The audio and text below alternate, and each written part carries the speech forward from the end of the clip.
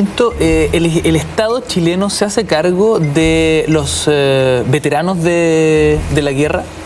¿Cómo enfrenta a esos soldados muchas veces mutilados, que enfrentan enfermedades, que enfrentan, no sé, problemas psicológicos, me imagino también? ¿Qué sucede después de la guerra? Hay un estudio muy interesante de un colega, el profesor Arancibia, don Carlos Méndez, que hizo un doctorado en historia, que estudia justamente esto. ¿Qué pasó con los veteranos de guerra, que no eran soldados profesionales, que volvieron a la vida civil después de la guerra, en los tres países? Y su conclusión, bastante amarga, es que ninguno de los tres estados estuvo a la altura.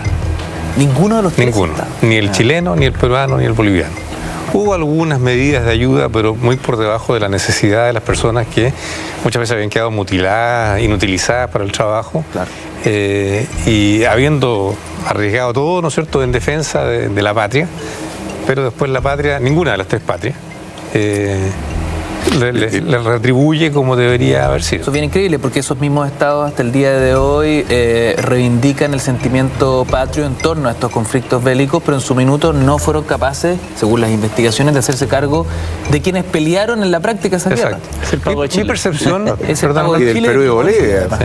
Mi percepción es que una vez obtenido el objetivo fundamental, que era ganar la guerra, o una vez habiendo perdido la guerra, como que los gobernantes se desentienden de ese fenómeno y tratan de volver a la normalidad. En el caso de Perú, además, un periodo muy largo de crisis después de la guerra, en que no logra conformarse un Estado, porque es tan profunda, digamos, la destrucción que provoca en Perú la ocupación chilena y la derrota militar, que pasan prácticamente 10 años hasta que logra conformarse un Estado mínimamente estable en el Perú. Entonces, cada gobierno se enfrasca en sus propias preocupaciones del momento y la exaltación del roto, en el caso chileno, del héroe popular, se disipa con la misma rapidez con la que se había disipado 40 años antes en la guerra de la Confederación, salvo en un plano simbólico, porque para ciertas fechas, efemérides, se hacen ceremonias, se llama a los veteranos que van con sus medallas, con sus uniformes, pero es el momento del símbolo.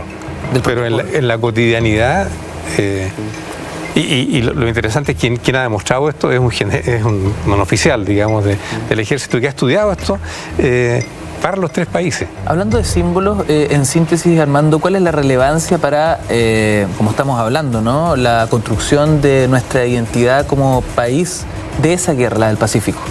Yo creo que, a pesar de que, como se decía antes, Chile tuvo tantas guerras en el siglo XIX, internas, civiles, revoluciones y externas, esa es la guerra que marca la historia de Chile y un punto de inflexión hasta el día de hoy, porque define nuestra geopolítica, define nuestros recursos, nuestra identidad como país y define también la consolidación del sistema internacional. Y una cosa muy interesante, esto de que Chile enfrentó la guerra del Pacífico, no iría con una democracia plena, pero con una república funcional. O sea, de hecho hubo una elección presidencial durante la guerra. Qué buena excusa para no hacer elecciones con una guerra. De hecho, se enfrentó a la guerra en un estado de normalidad constitucional, sin estado de excepción. Qué buena excusa para restringir libertades más que una guerra. O sea, eso habla de la madurez de Chile, donde los soldados no peleaban por mi general Gamarra, por mi general Gómez, peleaban por Chile.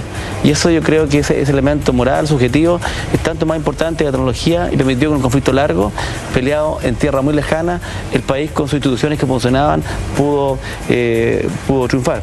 Pero lamentablemente pasó poco más que una década, vino una guerra civil y muchos de los oficiales y soldados, mucho del equipamiento que la guerra había perdonado, murieron a manos de chilenos.